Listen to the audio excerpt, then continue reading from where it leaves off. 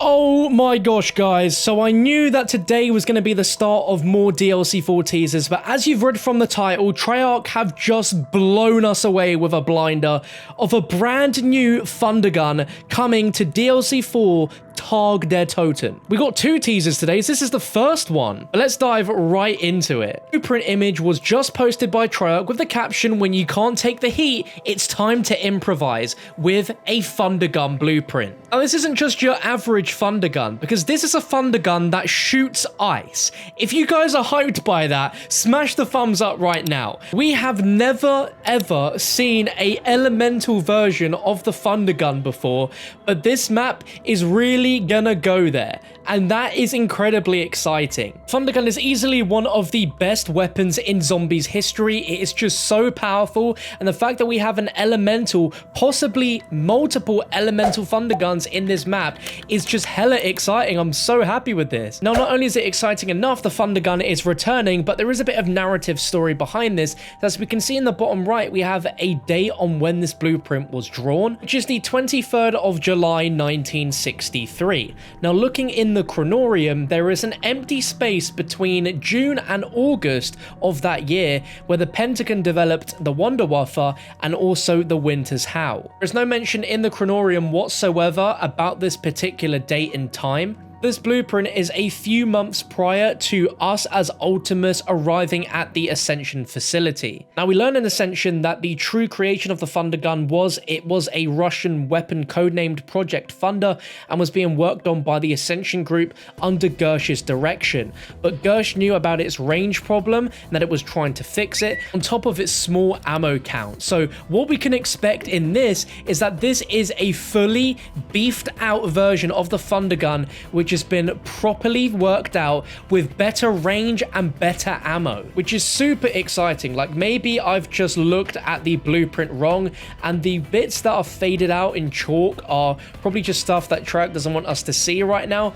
rather than it pertaining that it shoots ice. But this bottom image of the Thundergun and then some lines and then just the weird sort of chalky ice looks like the words have frozen over, or that indeed what the Thundergun does is blow out ice. I mean, if we are in frozen cold Siberia, air is obviously going to freeze when it's shot out of the Thundergun. But I am so happy that the Thundergun is finally back. You could say it's a better version of the Winter's Howl. You could say that the Thundergun is just coming home to where it belongs, finally back in Black Ops 4, and just like we had with the Ray Gun Mark II and Alpha Omega, this classic wonder weapon is going to be vastly different, and I cannot wait. Like I said, that was only the first of two teasers for today. As you can see in the bottom right of the blueprint, there is a logo of a group, and we're going to dive into it as Treyarch changed their profile picture to this logo. So taking a look at the profile picture teaser we got today is simply this image here, what seems to be a computer screen with a company logo which is made up of a series of different shapes, which is actually pretty cool once you break it down. So the first thing you'll notice is this rocket shape coming out of the top, which is really intriguing, and then what we seem to have below it is several layers of a triangle,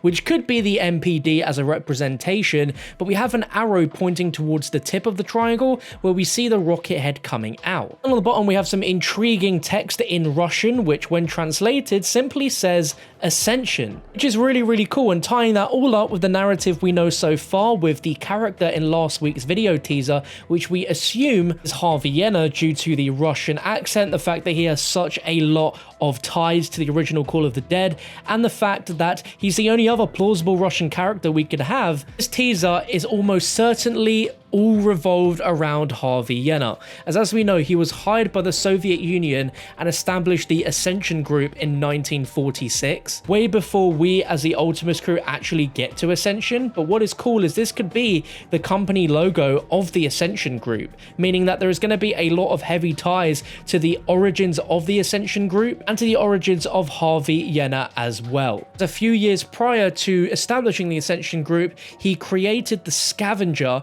and the upgraded version, the Hyena Infrared, which we see in the original Call of the Dead as part of his work with Group 935. What's really interesting is we've actually seen this logo before. On your screen now is the original Ascension group logo, and it looks very similar to the teaser that we are being shown here, but the logo is ever so slightly different. We have the removal of the word group there at the bottom. We also don't have the star, and we don't have this hammer above the eyes and nose of that sort of skull outline. Now, what's interesting as well is it looks a lot more like an arrow in this version of the logo, and it looks like the rocket is actually taking off, whilst in the original version the rocket logo looks like almost like it's closed in and contained, while this looks like a rocket that's actually going to launch. I think this is really clever on Treyarch's part because they actually remastered this logo in the Black Ops 3 version of Ascension. So perhaps they planned this from the very beginning of Zombies Chronicles to actually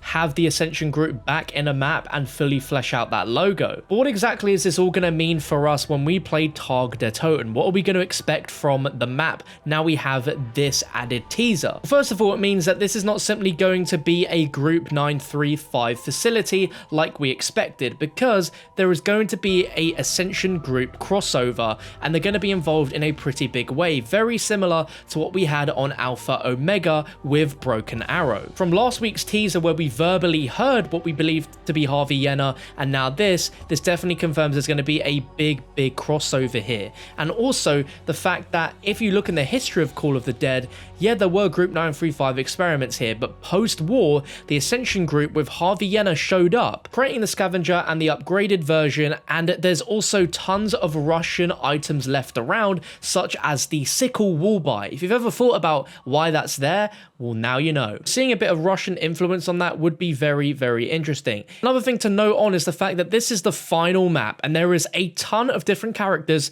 that are all trying to gain the ultimate power to reach Agartha and the Ether, and in order to do that, they obviously have to ascend. And perhaps that was the entire group premise for the Ascension group, was working out a way for them to ascend into the Ether and Agartha. As originally, the Ascension group was formed to work on a functional matter transference device. In the process, they developed PhD Flopper and Stamin-Up, and they began working on Project Thunder and Project Mercury. This inevitably became the THUNDERGUN and the Gersh device. And as before, everything went kind of south with Gersh and of course with Yuri as well. I'm sure you guys all know what happened there with Gorod Krovi and Alpha Omega. So that only leaves Harvey Yenna's origins to be explored, and I think this map's really going to do it, and this teaser really solidifies that. And most importantly of all, I think this map is also going to explain one of the most bizarre comic loading screens we've ever had, and it's this comic screen right here, which is a layout of the original Ascension. We have Dr. Monty drawing up blueprints, we have several rockets, Samantha looking at a gobblegum machine, as well as a keeper and a blueprint of a dragon. Years ago, this made absolutely no sense, but with the context that we are in now, this actually does make a ton of sense. We have the Ascension group, which is the ones that created the rockets. We have the child Samantha, who is now present with our crew after the ending of Alpha Omega, looking at a gobblegum machine. We have the keepers, which we are assuming are going to return along with the Shadow Man and Dr. Monty. And we have a blueprint for dragons, where in an alternate universe, he helped create dragons for Division 9, which were released on Stalingrad to break the stalemate on the Eastern Front, where he was transferred to the city to continue the Die Glock research. That could perfectly explain why we see dragons in this blueprint. But overall, let me know what you think of this. Are you excited that we are getting the THUNDERGUN back and potentially brand new versions? It definitely seems that way to me, because I've seen a lot of mixed opinions. A lot of people are excited to see this. Some are disappointed that they don't have any new wonder weapons in this last final DLC map, considering that we also had the THUNDERGUN back in Revelations. Some people are just fatigued and would rather there be brand new weapons inside of this map rather than just rehashed wonder weapons. But I think it is very cool that narratively, considering this is the end of the zombie storyline, we're finally actually going to explore about the origins of where the THUNDERGUN came from, because we know it began work as Project Thunder by the Ascension group, but there was no real explanation on how it came into our hands and in the mystery box, because all we know that A few months after this blueprint, Gersh announces that Project Thunder was nearing its completion, but it was never completed by Gersh himself. But we'll just have to wait and see. I think this will definitely involve some sort of elemental effect, judging by one of the trophies having to freeze 10 zombies at once that has to use some sort of ice effect from the Thundergun, so I am pretty certain that's what it's going to be. I'd love to know all your thoughts and opinions on this video, any theories that are brought up or anything you want to explore further in the comments. I'd love to read it, so place all your thoughts down there. Thank you so much as always for watching this video. Be sure to subscribe as well with the bell turned on so you don't miss out on future DLC 4 teasers for Targ der Toten, as we're probably going to be getting more every single day, so make sure you got that bell tick so you can be the first to see more teaser videos like this. But thank you so much for watching. I'll catch you in the next one.